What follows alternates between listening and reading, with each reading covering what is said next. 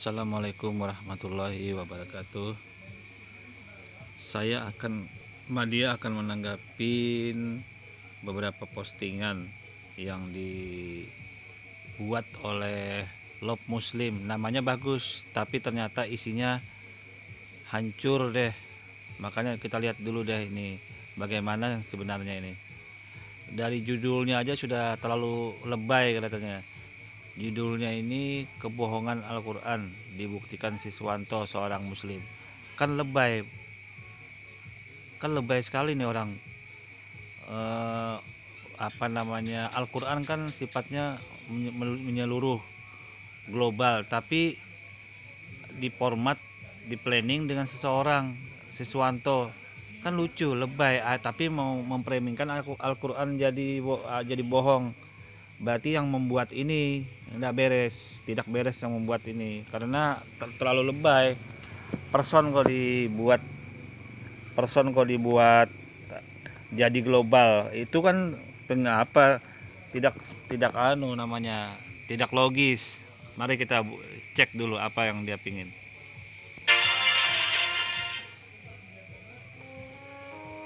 Kebohongan Quran dibuktikan oleh Siswanto seorang muslim. Ini judulnya ndak beres. Artinya Al-Quran itu kan global, luas. Kok digambarkan dengan person seorang doang? Ya berarti judulnya ini tidak beres. Membuat judul dari video ini tidak beres. Mari kita lanjut isinya dulu ya. Terus terang sebenarnya saya enggan untuk membuat video ini. Namun karena ternyata telah banyak beredar informasi yang salah dalam dunia maya tentang topik yang didiskusikan, akhirnya saya memutuskan untuk membuat video ini agar kita semua bisa tahu kebenarannya. Apalagi cuma dunia maya. Dunia begitu malah, tapi anehnya malah memformat. Ada kebohongan Al-Qurannya ini yang gak beres. Seharusnya diteliti dulu. Hanya dunia maya kok dibuat postingan, membuat nama Al-Quran dibilangin bohong. Itu kan sama aja tidak baik. Nama akunnya juga ini Love Muslim. Lebih parah lagi nih. Lebih tidak beres lagi. Yang membuat kelihatannya tidak beres ini, membuat videonya. Oke, kita lanjut dulu yang buat ya, kita dengar ya. Dan saya pun memutuskan untuk menayangkan video ini secepatnya dengan menggeser jadwal tayang video-video lainnya. Adapun pada tanggal 18 April tahun 2018 yang baru lalu, saya berdiskusi dengan seorang muslim yang menggunakan nama channel Siswanto yang bergabung dengan YouTube sejak pertengahan tahun 2012. Adapun diskusi, kalau yang beginian saya juga bisa buat, mengatasnamakan agama seseorang, saya buat begini kan, ini kan cuma propaganda namanya, tidak bisa dibuktikan dengan kebenarannya. Pertama itu, yang kedua ya terlalu lebay. Al-Quran kan sifatnya umum, seluruh dunia, kok dikaitkan cuma satu orang, tapi di framing kebohongan, sudah kan lebay namanya. Yang lebay ini yang pembuat video muslim ini. Dengarkan dulu monyet mau tertawa nih, karena lebaynya. Monyet tertawa dulu ya. Halo monyet, ayo monyet, tertawa monyet. Mana monyet tadi? Ayo tertawa monyet. Monyet, yuk.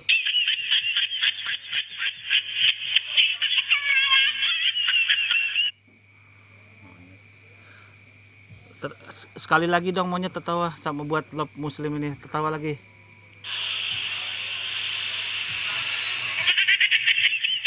Nah,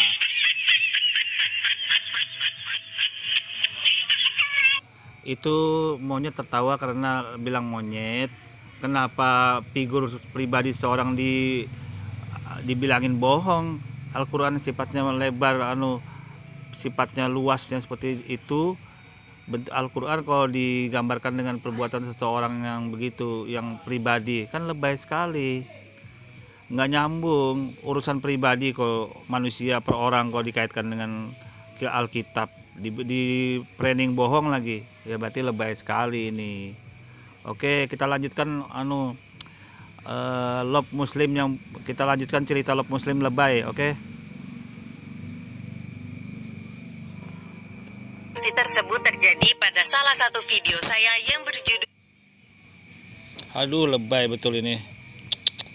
Wah, lebay sudah. Kacau sudah ini. Mana tadi? Waduh, lebay. Oh, ini. Ini lebaynya nih. Aku mau lihat orang lebay. video saya yang berjudul Quran bukan firman Allah.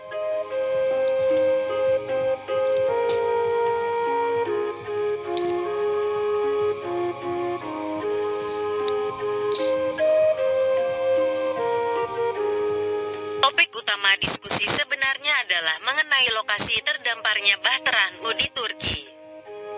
Menurut postingan saudara Siswanto pada tanggal 18 April tahun 2019. Dengan lantangnya saudara Siswanto menyatakan bahwa ayat-ayat Alkitab tidak bisa dipercaya 100% kebenarannya. Ada yang terbukti error tidak sesuai fakta dan ada yang terbukti benar sesuai. Itu kan propaganda doang, sandiwara, bermain doang. Bermain apa namanya itu? Ya, sandiwara lah, drama doang. Saya juga bisa nanti begitu mengatakan, ada ini ada seorang monyet ini mengatakan isi Al-Qur'an begini bilang monyet gitu. Ya, ini ceritanya begini. Ini ceritanya menjelek-jelekan kitabnya dulu. Ujung-ujungnya benar begitu. Saya monyet juga bisa buat begini, membuat ujung-ujungnya menyalahkan kitab Al-Qur'an dulu, kemudian nanti ujung-ujungnya benar. Kan begitu. Ini kan ceritanya menyalahkan kitabnya dulu nih, menyalahkan kitab Alkitab dulu, kemudian nanti dibuktikan dengan kebenaran. Tuh monyet tertawa lagi. Ayo monyet tertawa lagi. Monyet tertawa, nyet. Monyet. Mana monyet tadi? Monyet. Tertawa dulu. Jangan ngantuk dong. Monyet tertawa dulu. Itu monyetnya tuh tertawa karena sandiwaranya ketahuan, pura-pura bermain-main kata, tertawanya ketahuan. Coba lagi monyet, ayo nyet. Ngantuk ini.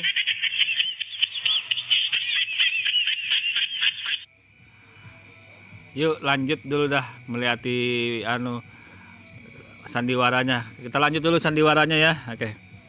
Fakta beda dengan Al-Quran yang terbukti kebenarannya. Ini bukti kebenaran Al-Quran sekaligus meralat error Alkitab. Ceritanya menyanjung dulu tuh Al-Quran. Tapi nanti ujung-ujungnya dijelek-jelekan ini. Coba lihat ujung-ujungnya. Kita dengar dulu deh. Ini dia menyanjung Al-Quran deh. Menurut Kejadian 8 ayat 4, Bahtera NU terdampar atau kandas di pegunungan Ararat. Kejadian 8 ayat 4. Dalam bulan yang ketujuh, pada hari yang ke-17 bulan itu, terkandaslah Bahtera itu pada pegunungan Ararat. Sedangkan menurut Quran, surah 11 ayat 44 dinyatakan bahwa Bahtera NU berlabuh pada Bukit Judi. Surah 11 ayat 44. Dan difirmankan, hai bumi telanlah airmu, dan hai langit hujan, berhentilah, dan air pun disurutkan, perintah pun diselesaikan, dan Bahtera itu pun berlabuh di atas Bukit Judi, dan dikatakan, binasalah orang-orang yang zalim. Dan menurut saudara Siswanto, fakta arkeologi yang diketemukan tahun 1979 oleh Ronwiat membuktikan bahwa lokasi sebenarnya terdamparnya Bahtera NU adalah Bukit Judi dan bukan pegunungan Ararat seperti yang dinyatakan oleh Alkitab. Sudah, intinya itu kan para arkeolog maupun orang-orang yang telah menemukan itu, letaknya di mana, semua itu kan tidak bisa dipastikan kebenarannya. Karena apa?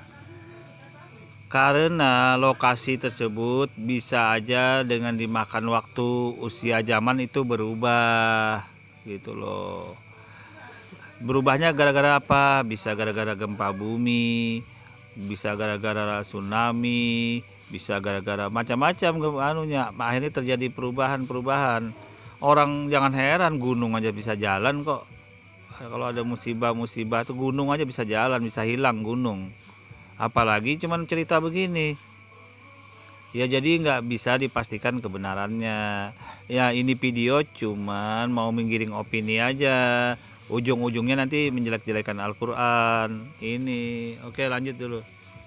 Sebagai informasi saja, saya sampai saat ini masih belum yakin bahwa apa yang dinyatakan sebagai penemuan yang dimaksud benar-benar merupakan Bahtera Nuh, karena beberapa alasan yang masih diperdebatkan.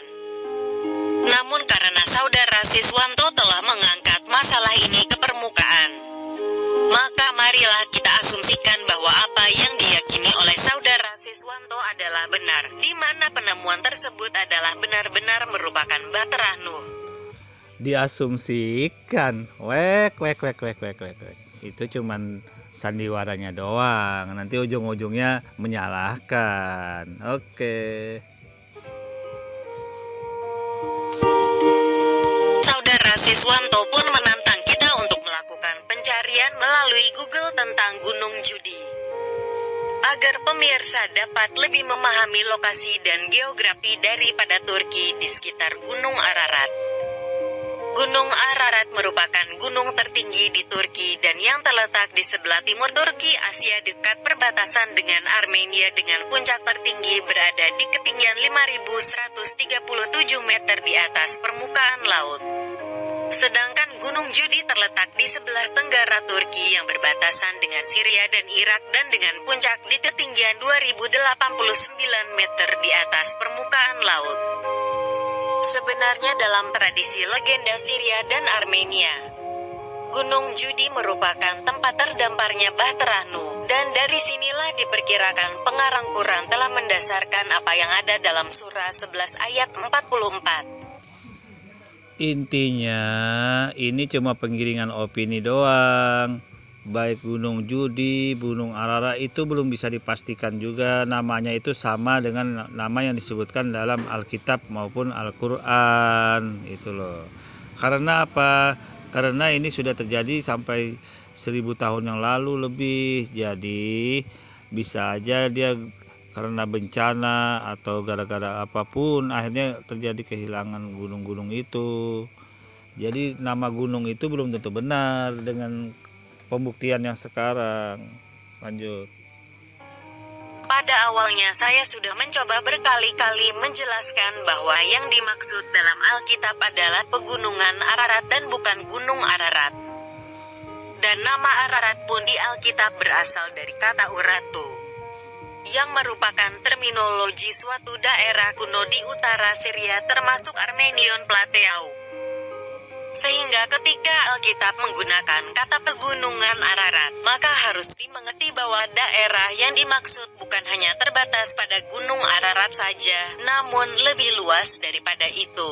Nah itu kan, itu artinya ada pelebaran lokasi gunung. Itu artinya bisa aja nanti lokasi yang di situ diklaim itu termasuk wilayah pegunungan Ararat. Nah disitulah ada kapalnya, begitu ujung-ujungnya.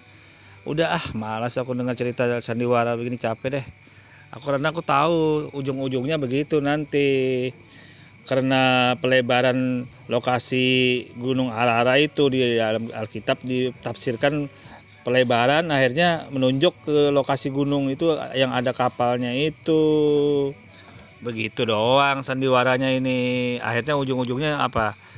Ujung-ujungnya yang dibully Al-Quran, dijelek-jelekan Al-Quran. Itu sudah arahnya ini. Ini nama akunnya Love Muslim. Namanya bagus, tapi isinya menjelekkan Islam ternyata. Merusak nama baik Islam, menggiring opini penjelekan Islam. Namanya bagus ini, Love Muslim. Ternyata isinya kacau sekali. Oke, aku mau dengarkan maunya tertawa dulu dah. Ini kesana, aku nggak mau ikut deh dengar ceritanya selanjutnya. Capek deh, nggak tertarik saya. Tidak tertarik dengan sandiwara ini. Oke, lanjut.